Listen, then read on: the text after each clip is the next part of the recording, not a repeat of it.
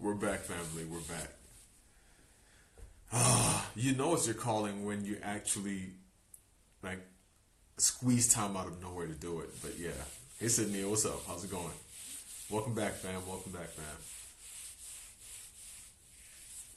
How am I a bully tonight? Like, and no, you're not allowed to continue like trash talking me, Queen Goldilocks. I'm sensitive. You're trying to break me down. I see what you're doing. No, I'm just playing. It's all good.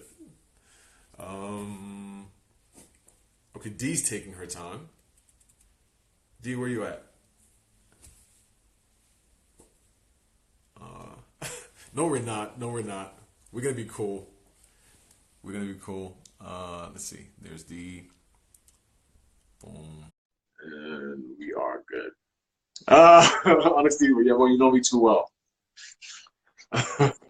Yeah, we were just talking Listen, about. every time we stop, you've seen me do nothing but drink water. I go take a bathroom break and I come right back in. You're like, why is Ah, she taking her time? Listen, yeah, okay, makes I am sense. full of this Yeah, full of H2O, H2O and the O. but real, like real talk, G- Yes. gents, brothers, please. And look, I'm not saying go find just any random person and marry her and give everything to her. I'm saying identify a suitable helpmeet, your suitable Absolutely. help. Absolutely. You couldn't have said it more precise. Identify a suitable helpmeet. That's dope. And to identify her, just go and find out what the criteria are. Proverbs 31. Go read that. And that will give you some insight into what to look for. Not her smile, not her hair, not her figure, not her laughter. The fact that she shares a penchant for flipping exotic coffees with you, like, like You mean the exotic coffee fascination has nothing to do with it? we are also a Cape Luwak drinker. Maybe I meant to be now. Come Why are we on! making fun? Mommy, I found her. She also drinks Cafe Noir. I found her. Yeah. But but you need to find a suitable helpmeet who's going to help you become the image of God and help you fulfill your purpose on this earth. Help you live according to the vision. Yeah. Listen, there. Oh, flip. I was talking to my dad yesterday, and it was a video call. So I caught him. He was sitting on in the gazebo that he built, the crib. So the girls were in the car, and they hadn't seen that particular house. So he's like, "Yo, like, let me show you the changes I've made to the house and the upgrades that I've made to the house." And they're flipping out because they're like, "Okay, all right, we didn't even know we had this property, in Accra. Okay." And he's giddy. Like what struck me the whole time was how excited he was to show what he had done for his children, Yeah. you know.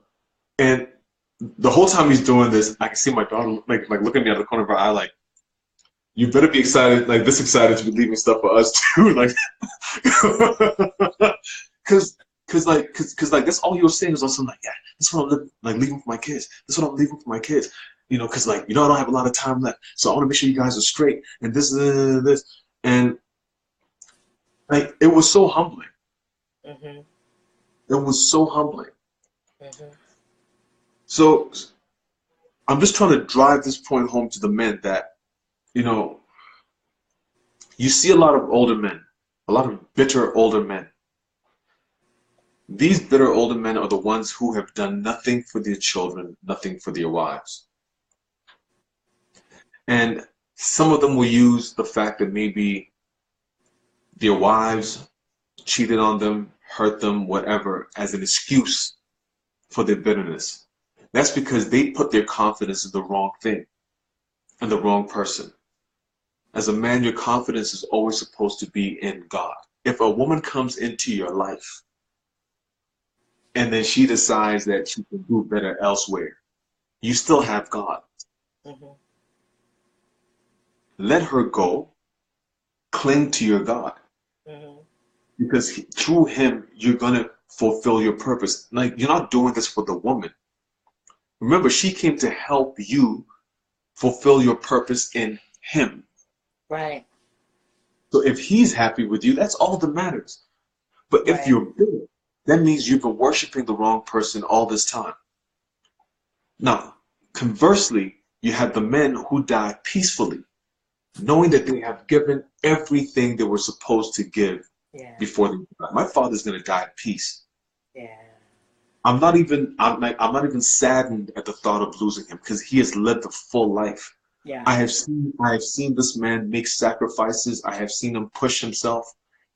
You know, part of the reason why my dad became a born again Christian was because he realized that this is a legacy a lasting legacy I can leave for my children. Mm. When like the first time I saw my father hold my mom's hand and tell her I love you, I was 14. This was shortly after he became born again. Before that, he was a traditionalist. No, like stiff upper lip. And you're a woman. You're a good woman. Well done. Did he After that, pat he her was head? saying, no, not the head. Just she's taller than he is, by the way. So like that would have been a very funny proposition. That is funny. you know, but like after he became born again, we saw him give because he learned. Okay, now I'm supposed to give not just money and not just the house, but my presence, my time, my energy, my affection, my encouragement, my prayers, my prophecy.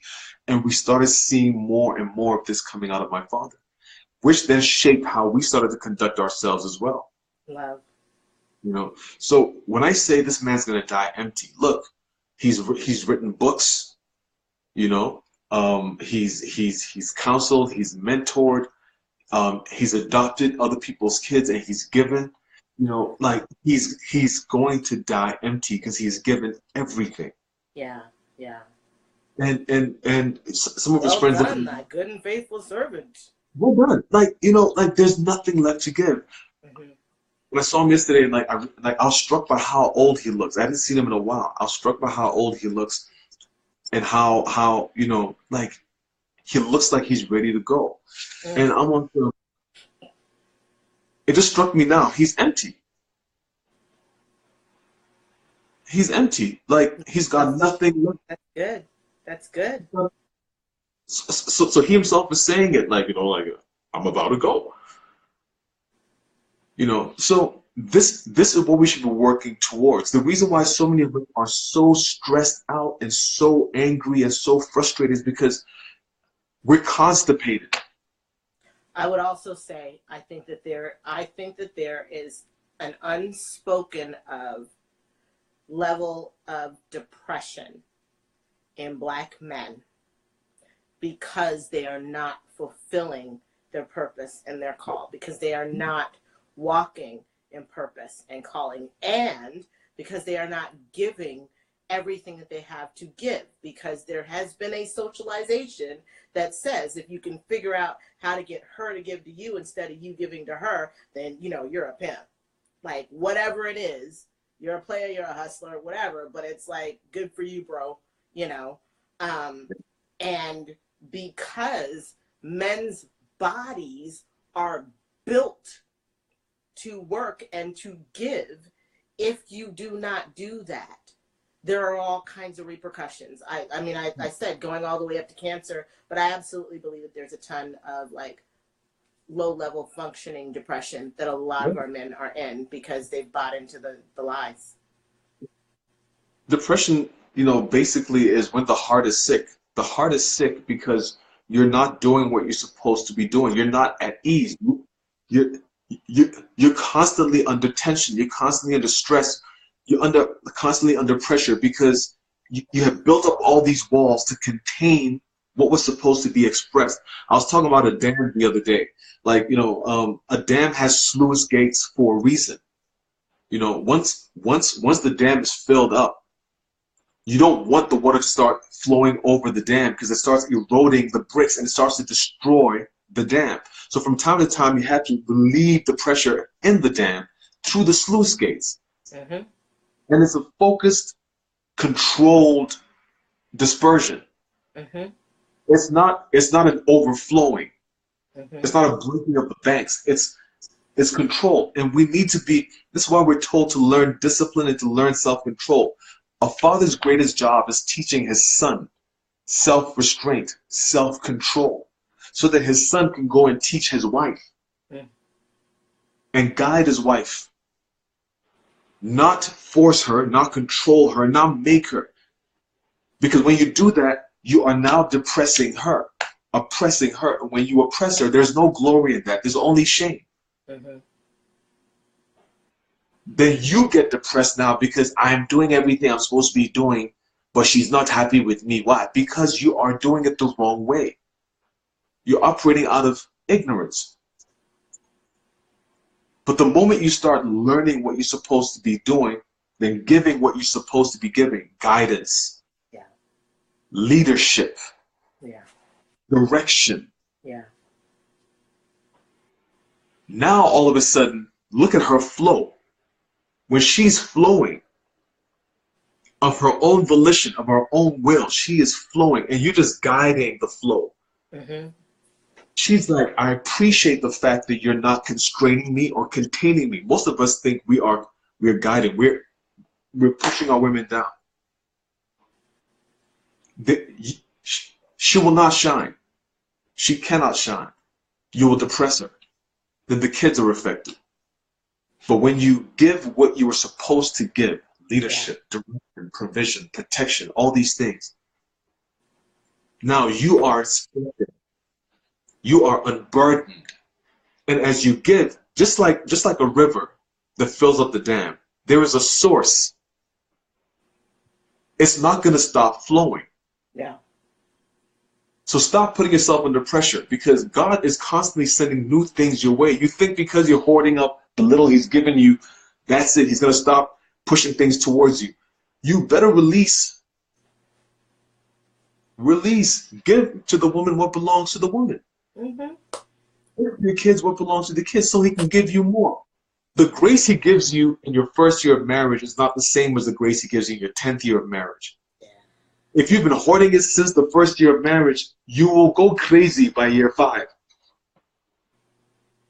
If you're hoarding the love and everything you're supposed to be giving your kids from the moment they're born, you will lose your mind by their teen phase.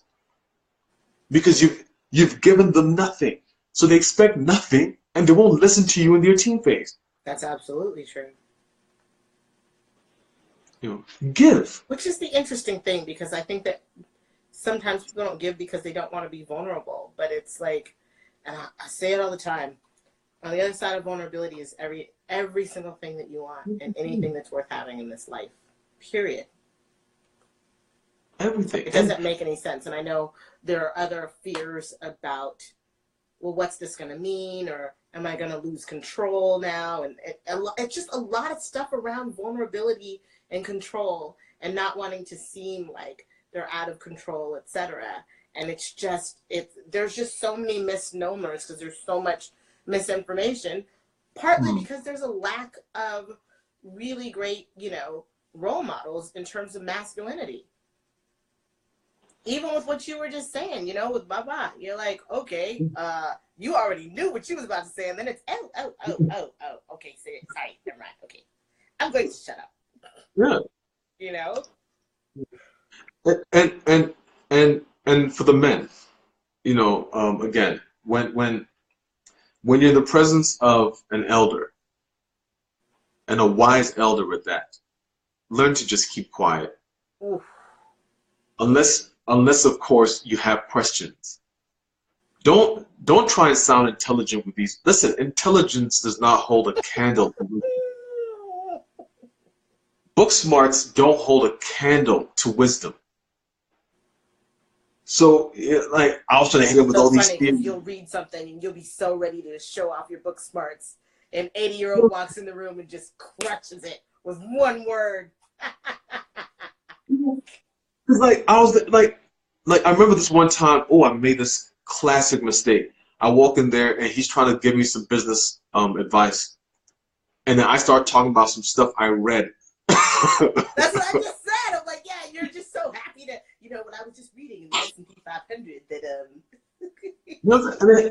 and then he just asked me one question. Do you have a business that's lasted 20 years? I'm just going to. What was that third point that you said? I want to write it down. I want to make sure that I have what you said. Because he's like, yeah, like there's a time to have that conversation, but right now I'm giving you wisdom. Keep quiet and then go and apply what I'm Receive, son, receive. receive. This is God is using me to give to you right now. Yeah. And because when when that means you, because you think you know something, you're blocking. Okay, you better open up those sluice gates and let that foolishness out and take in what I'm saying. We need, even if you don't have an earthly father, there are men around you. And in your quest for knowledge, not mentors, in your quest for knowledge and wisdom and understanding, these mentors will appear. God will bring them. Don't go looking for men. I get people like DMing me all the time, Kofi, I want you to mentor me. I wasn't sent to you. That's why you're asking me. And I ignore most of those requests because I know you're not serious.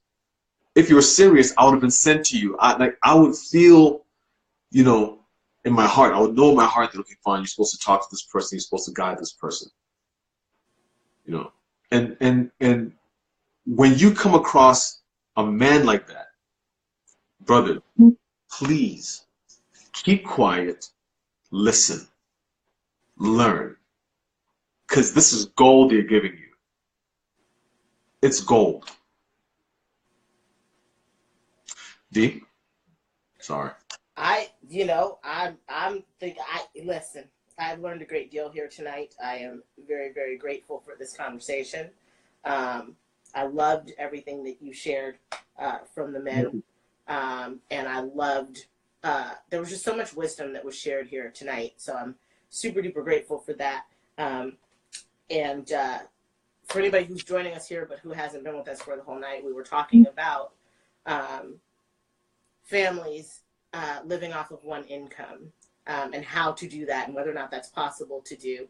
And we went through a long and winding road through a lot of different things, but we're always talking about family. And so we stayed there. But there's 2 hours, which I'm sure Kofi has saved in the story, which, you all can catch up on if you want. I just want us to know, I guess my big takeaways, if I would say anything that I hope that you all remember, is that scripture is still active and valid for today. Marriage is a biblical concept. When we take away from the biblical concept and we start putting in all our own stuff and taking out a bunch of stuff that God already put there, we get sort of a jumbled mess. And there are a lot of things that are kind of showing up that way today. And so I would and I think this is kind of my calling card, is just, welcome you all to come back to tradition, welcome you to come back to the Father, and welcome you to come back to, what it's supposed to be. Because for everything that we replace and we put something that a bright idea of ours back in there, we lose something. I think that whole thing about taking a man's last name and what you lose by not doing it. If women could understand what they lose by not doing it, and I'll even go a little further and say, if we as women could humble our prideful, arrogant hearts to even be willing to listen to what it is that we lose, without becoming so defensive, I think a great dialogue could occur. And I think that many more of our men would take more responsibility and accountability, and women would give up independence, because that's what it is when the two are becoming one. But they would start understanding what the benefits are of that. Like, yes, there is a sacrifice for each party, but there's a sacrifice, and on the other side of the sacrifice are all of these blessings you can't get any other way. So that's kind of where I am. Okay. All right. I just want to say, like, shout out to everyone watching, everyone who's been a part of the Q&As, the weekday lives, the regulars and the newcomers. Man, the names are too many to mention, but thank you so much. And you know, we get a lot of compliments for doing and giving, but trust me, we also get a lot just from being a part of these conversations. And I mean, like, classic example today, YB Vic held me accountable, for example. You know, and we need that. We need that. You have no idea how much that builds us up. This is how the church actually operates, or how the church is supposed to operate. It's not a top-down structure. It's a let's work together, the gathering. Let's work together structure. And we need to hold each other accountable. We need to call each other out, you know, when it's required.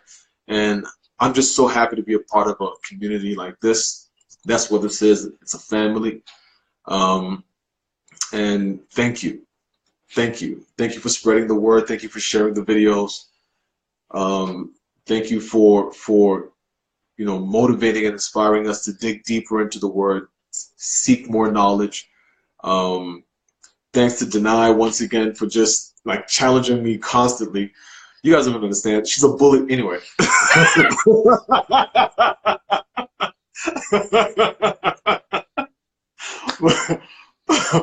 am not a bully. I'm a convincer. No, I'm just kidding. No. I'm not a bully. I'm not a bully at all. He's just joking, you guys. He's just joking. These man needs to be strong, is all I'm saying. Shut up. Don't My brother, start doing push-ups. Start doing push-ups and pull-ups. You're going to need all the help you can get. But it's. I don't like it when you guys say that. No, but pushover. I'm easy peasy. Don't you ever flip and say that again. Don't you ever flip and say that again. The heck's wrong with you? No, but no, for real though. I mean, yeah. And man, they're turning on me. Thanks a lot. It's good. It's good. With you. Normally I get video I can only be me. I don't know what to say. But yo, like it's really a blessing to be a part of this community. I hate you, Cody Locks.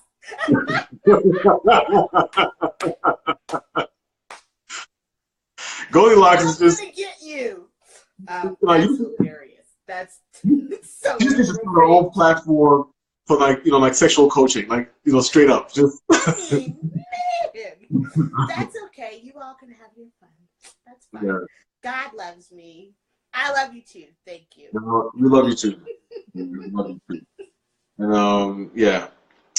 Wishing everyone a great weekend. Yeah. See you again on Monday, or possibly tomorrow, because Brian and I may be doing a video tomorrow. Yeah, I have a feeling I'll be back on Sunday afternoon. Sunday afternoons at 3:30 Pacific Standard Time has been really cool for me, and it's a totally different audience, and it's very international. So I like doing that just because I'm like, yeah, once a week going on there in the middle of the afternoon, and it's very interesting. Anyway, thank you all for loving me too and giving me a hard time. I can take it. Told you she was strong. Yeah, I'm strong. I never wanted to be strong, but I am strong. I'm a very strong woman, a very brilliant woman, I'm a very accomplished woman. I'm very headstrong, and I'm still submissive. I know how to do that too, but I'm very, yeah, it's true. I can't, oh, wow, 328, yeah, you know what's up. Okay. You do love us. Thank you for sticking in here, Queen Goldilocks. You're always here, and we love you. Yeah. Okay. I'm out of here. You guys have a great one. talk today in Ramberg. So if you're around 10th Street, Lifestyle Cafe, I believe is a venue. Tickets might be sold out, but if you're around, come through. And yeah. One more thing. I have half-priced. I forgot. I am running a sale this week through Sunday. If you book with me, you don't have to use it this week. But if you purchase this week, you can get half-price sessions. So if there's anybody who's looking for a coach who wants some relationship advice, anything along those lines, my sessions are normally $150 an hour, but this week only, they're $75 an hour. So I'm running a midsummer sale if anybody wants to know about that. DM me at Black Marriage Movement and DM me, all your information, first name, last name, email address, city and state, and we will book a session for you. But yes, if you know anybody who's in need of it, or if you need it yourself, I am running a sale right now. So cool. Love you guys. Shalom. I'm out. Shalom.